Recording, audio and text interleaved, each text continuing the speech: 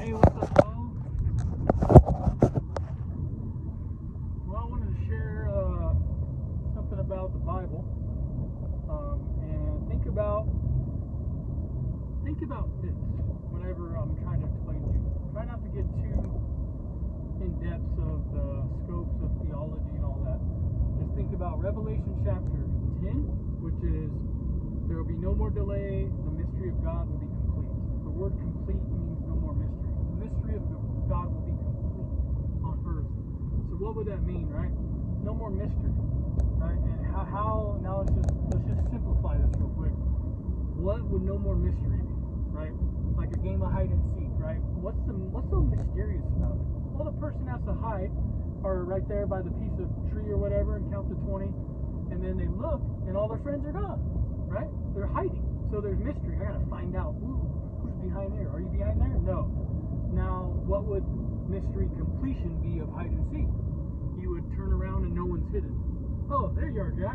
There you are, Candace. There you are. There'd be no hiding. Everything would be visible. No mystery means complete visibility. Because mystery is technically a definition of something hidden, unique, that takes seeking and knocking and searching to find.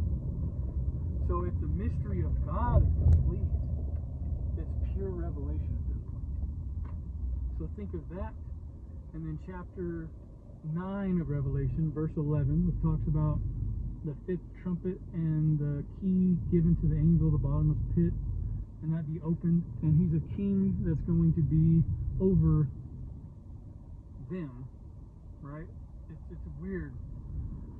The wicked world puts a king over them that's going to actually induce torture on them themselves, because it says he will torture for 5 months or whatever, torment all those who do not have the seal of God, right? And so it's going to be this testing, and then probably the same time that the two witnesses are going around.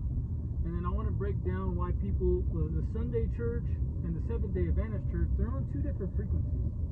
The Sunday church is on David and Goliath, Esther, and King Xerxes, and you're wondering, I always wondered. I know the two too. Like I'll see the frequency of the Seventh-day church, because I think they're like a legit house more than the Sunday doors, to be honest with you. That's why I think that. And then I'll also watch the Sunday church too, and I wonder, why are they going back like that? Because when you look at it, the king, the angel of the bottomless pit, Apollyon, he's the dark world. He's the big boss, the chief of the underworld, right? And kings are always a mixture of judging on good and bad. So when you look at the king of Revelation chapter 9:11, Apollyon, now compare that with the boss in Revelation chapter 13. And then one must ask, are they the same person? Because all of a sudden when the final hour is going on, it says, and then it was granted unto him to have authority over the holy people of God and to conquer them. Well, who was he conquering before that? He was straight bringing judgment on them, the ones who didn't have the seal of God, right? And this is where it gets tricky, but not really. And so when you think of it, King Xerxes was going to wipe out all the Jews at once. And then what happened? Esther comes in and marries this unbeliever. Because if he was a believer, he wouldn't do something like that. Let's just be real. And then she, his wife, says, if you kill them, you're killing me too. And then for the first time ever, this guy has to look in the mirror and go, what the heck? Well, I would never kill you. You're my wife. Right? See what I'm saying? And I got to show you guys this because it's scary, but the Lord told me to keep showing it. Read the license plate in front of me. What's it say? 666 U45. See what I'm saying? See the universe? 666 U45. And I'm just getting on the freeway right here, giving a message and stuff like that. But I'm not gonna hide from it no more. And I was told that today, even if it is scary. So you know, they're going to be the same person, and it's gonna be heroic, like King Xerxes changed his mind, and then he ended up waging war against his own people. Yeah, his own people. He waged war and said, anybody who wanted to destroy my wife, it was mainly because of his wife. All right, he was a lover complex, and then that happened, and there was this season of refreshment where he waged war on his own people for what they did, because they were acting corrupt. They thought they knew him and started making all these new laws, and they thought they can get one over on the king. And so most times you can, but when God's in between the scenes, he usually has a very unique mastermind plan that's going to backfire on the opposition who think they got it in the bag. Right? That's just how God works. And so when you look at this Revelation 9:11, the king, it's going to be a righteous kind of style for a minute, because he's going to wage war against his own people, the ones who, I mean, technically, because unless this person is savable, but in Revelation 9:11, I just doubt that, because, you know, it's scripture, you know, but who knows? I don't know the final seconds of anybody, stuff like that, but and then you look at Revelation 13, and he forced everybody, rich and small, free and slave, to have a mark on the right hand or forehead, and they could not buy or sell without this mark. And whoever didn't want it or receive it would get killed. Right? And at that point, that's when it goes from Nebuchadnezzar, you know, like he made the statue. Right? You see what I'm saying? Like he was helping God's people, and then all of a sudden, what happened? He made a statue, and then that season of helping God's people, now he wanted to force his law on God's people. And then his heart changed, and all of a sudden, he's asking them to bow down. And then there's certain laws that the Israelites and stuff have to follow of God. They can only worship one true God. And I don't know, I've never heard anybody teach on this, that the 9/11 guy and the Revelation 13 can be the same dude. Right? And I'm pretty sure my message is on point just because of the car in front of me. You know, because the universe, like the Lord told me today, you're connected with things in the sky and me, and you're going to have to just follow them. And so, like, 666 U45 license plate, you know, it's crazy, you know. Just the symbolicness and revelation of that is very intense. I'm right behind it, too. You know, I went on the stratosphere. I was not in the first row. I was in the second row. Joseph was underneath Pharaoh, second in command. So, like, if that is the boss, I'm behind him. See what I'm saying? So look at it like this. Who's 666? The Antichrist. Where am I at? Behind him. Where was Pharaoh? In front of Joseph. Where was Joseph? Behind him. Up on the stratosphere. I could have went on the first seat, but for some reason I chose to go on the second seat. Why did I go in the second seat? I don't know. But is it a universal connection? Yeah. Because everything about me is wired for an expression and showcase to people on planet Earth. The good, the bad, the fears, the confidence, the insecurities, the securities, the blows, the hits, the death, the life, all of it. Right? And that's not a coincidence, y'all, that license plate. This is the universe unfolding right before our very eyes. And it's that crazy. So that's what I deal with in my life. Look at that. Look at that on my phone. 666 U45. See what I'm saying? And it's crazy. But I don't know. I pray you do your homework, because I think if Revelation chapter 10, 11, 12, and 13 correlate with one another, it's where the mystery is unfolded on the grid. And if you watch my mind, my brain, which God showed me in the sky today, it had the cerebral thing coming down, all of it, the vortex, the chords, and you, like, the stuff he's showing me is this time and space grid that makes no sense to me, because I'm only human. That makes a little sense, but not really, you know. And things are unfolding, like the movie Maze Runner. Did you know the Maze Runner is a maze of the pit of hell? Well, how did that get from the pit of hell to people's mind to make a movie? Because Revelation chapter 10, there will be no more mystery, right? These people are going to come out of this, and they're going to tell human beings, this is what it looks like. But then God has it to where he reshifts it like a Rubik's Cube. Right? Like, what's in a Rubik's Cube? And a Rubik's Cube is a walk in the park for God. But what is it to us? A challenge. Who can figure this thing out? Oh my gosh. But to him, he's like, done. Because he made it. So when you think of it like that, that's what's going down. And sorry, there's a lady mocking spirit behind me to the right passenger. She chucks her head up and laughs. I gotta watch them too. So when you think of it, all this stuff, this mystery is no more. And then I'm blown away by the car in front of me. Like, that speaks of itself. Like, wow. You know? I mean, and he's teaching me to not run from this stuff anymore because it's scary. I don't want to go down these caves of bad stuff and revelation because it's freaking scary. But I can't do that no more. And now I have to go down both and face it, and you know, wherever this thing leads. And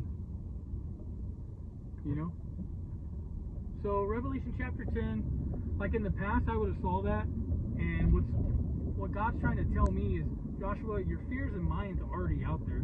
So you think you're seeing that and you're like holding it in, and everybody else is seeing you're holding it in. Oh, but let them see you just go and release it. You know, have you ever just let it go? You just said whatever, who cares? And I never really have done that, but I just did right now, because that was usually, that thing's scary for me. Most of the time I'll see that number and I'll damn myself, or then I'll go, I don't want to damn myself, and then I'll look away, look down, look to the left, look right, and I'll just like change the subject. But this time I looked at it and I was like, I'm going to face it head on, right? And so that's what I did, and I'm glad I did, for your sake and my sake. So, you know, so Revelation chapter 10, y'all, is about no more mystery, but 9/11, before chapter 10, is about the seal of God. So this is where technology is going to start seeing these weird things in people's brain, because we know the government is measuring us, watching us, learning us, and they're going to figure things out. Whoa, what's this? What's that? What's this marking on their forehead, dude? And they're going to see these things because there's no more mystery. The mystery of God's complete.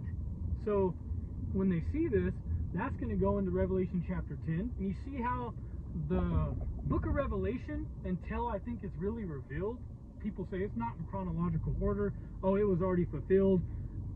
God's going to bring his final remnant out of the book of Revelation, because technology is finally going to pinpoint the way the book of Revelation really rolled out. God's going to show it before the end, and you'll start to see it. You'll be like, wow. So, and that's happening right now, because you have 9/11 things already going down, because people are being, we already know the characters in the game now. But once you know the characters in the game and you plug those in the book of Revelation, I mean, let's just, only those who just want to escape reality, like myself. But once you start just going, crap, this might be me. This could be me. Because some individuals are going to look at that Bible and go, this might be me. Let me say it again. We're living in a time where people are going to look through the book of Revelation, and there's a handful that gets to say, this is me. This person that Bible is writing about is me, right? And they got to accept it, whether it's good or bad, because the Antichrist will look at the Bible and have to say, this is me. The two witnesses will have to look at that Bible and go, this is me. The 144,000 have to look at the Bible and go, this is me. The two beasts will have to look at the Bible and go, I'm a beast. I am the beast in Revelation. I am the Antichrist in Revelation. I am a witness in Revelation. I am one of the 144,000. We are in that era, friends, where men and women will look and go, I'm that person. Right? And that's when it gets no more mystery. I'm telling you. And that's where it gets scary. Because I can look at it and go, uh-oh. Like what I just said, why do you think I told you that right now? Use your brain. Why do you think I, Joshua Allen Wood, just uttered those words? It's not coincidence, friends. It's revelation. And I want you all, you know, this is emotional. Sorry. Hang on a second. This is hard for me to do. I've never been this brave in my whole life. But I was told to be brave today. And so that's what I'm going to do. See, really a little louder in there. So Revelation chapter 10, you have no more mystery. 9/11 is where the king, and Donald Trump created this Kingmakers program, and so that kick-started it. So now you have that, and then the baton's going to be passed off, all this other stuff, like Yoda hands off the baton, whatever. All this stuff's already happening. That was the Revelation chapter 9 program. And then once the program is closed, right, these people take their positions. They take their positions and stuff like that. And that's just how it's going to go, And the way God works, when you think of it, think of Zerubbabel, Zerubbabel. Like, look at the name back then. Zerubbabel. Zerubbabel. Nothing is new under the sun. Zerubbabel, the prophet of Baal, right? You all know who Baal is and Bel. So when you think of it, Zerubbabel was a governor who gave Nehemiah and stuff back in the day, and don't quote me on names, I might be wrong, to go rebuild the wall. So Zerubbabel was a worldly king who actually led the people of God with certificates and money and power and authority and said, go back to your land and do this. Right? God uses kings that aren't even believers to do his will, his duty. And look at the name, Zerubbabel. Come on. Right? And now you can connect all this stuff, and it's scary because you think, is God really that divine? Well, yeah, he is God. He's divine. How can he be all-knowing, omnipresent, omniscientific, omniscific, or whatever? That's purely in order and divine. Nothing takes you by surprise. So if you dive into his grid, you will find out that everything is actually according to his will. And it gets scary. Technology gets so scary because who wants to live a life where they get that kind of smart to where they know that's how God works? Do you know what sucks? You remove the mystery of everything. And let me ask you all this one question. Knowing what you know now, do you like having mystery or do you like having no mystery? I know me, my friends, love mystery. Oh, I wish there was a woman in a dress where, she was modest and there's mystery. Like, oh, she ain't showing that butt. You gotta wonder, what she's like in the bedroom. Nowadays, you can kind of tell by their pictures, they're holding their breast or whatever. You can go, she's probably a freak. There's no mystery. And you can go like that with a job, right? You can do that a million different ways.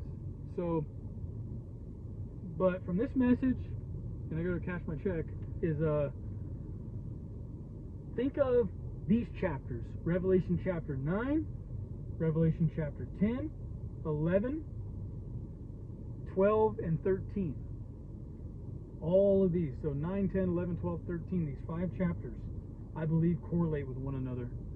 And you got to really think, and I know I preach about how I love mystery, but I also got to man up and say mystery is complete.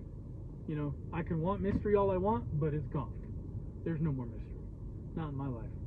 And I have to start adapting to what's going on, or else you die, really. Or you go hide in a cave.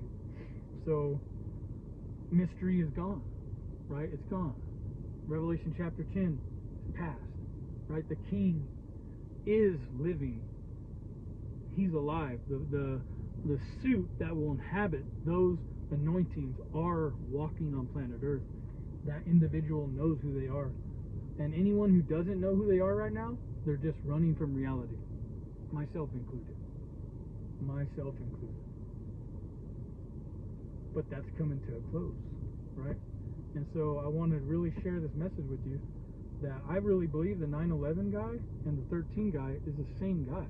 It's just 2 different seasons. One season is a King Xerxes season, And then the next season is when, you know, it's almost like God gave him some grace. And God had a heart and said, I'm going to bless you with this and that. But not really for him or her, but for the people that would be saved. Right? And because God said he's a God of all people, but especially to those who love him and follow his will.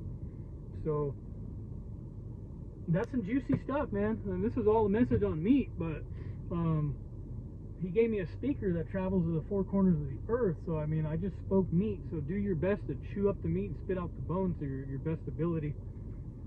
And I think the worst thing you can do right now is go immediately ask your pastor or church or friend right now. I think you should really seek revelation for yourself in the Bible through those chapters.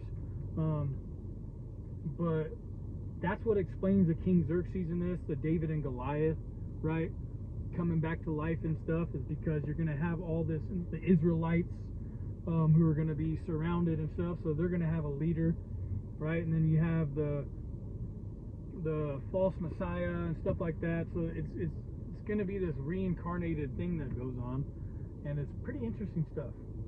So, and I want to talk to all the ones out there who look in that book, and if you might be a character in that book, I'm sorry and I'm happy for you at the same time. And I can tell you right now, it's the most scariest spot to be, I think, as a human being. But I want to talk with no favoritism right now, whether you're man or woman, two witnesses, Antichrist, beast, not beast, the 144,000. You're going to go through it, dude. We're going to go through it. Like, these are some crazy, you know what I'm saying? Who thought you would open up a book and you'd be in it, you know? But I want to say a message to y'all out there. Just fulfill your duty, and because those scriptures will come to pass. Every single one of them, you know? Whether that's me handing off something to another person or accepting something, they will come to pass. And you know, it's hard to believe that I can say this word and it's reaching the Antichrist, the king of Abaddon, the two beasts, the two witnesses, and the 144,000. It's crazy that I can speak and all of them hear at the same time. You know what I'm saying? And because that's what just happened right now. You know, so I'm talking to all of you. Yeah, that's very intense. But I'm gonna go in here and cash my little check. So yeah, $47 check from the insurance company. Woo. Or $47 check. I said dollar. So yep. Be blessed with this message. I'm gonna post it on YouTube, but it doesn't really matter. Your guys' dopaminers were hit with it right now. So like the you know, that's what the Lord told me this too. Like, the chances of you being excited to replay this message is going to be slim to none. But it might be, because some people might not have heard it. They'd have been in like a meeting. But for the most part, all the excitement has been used right now.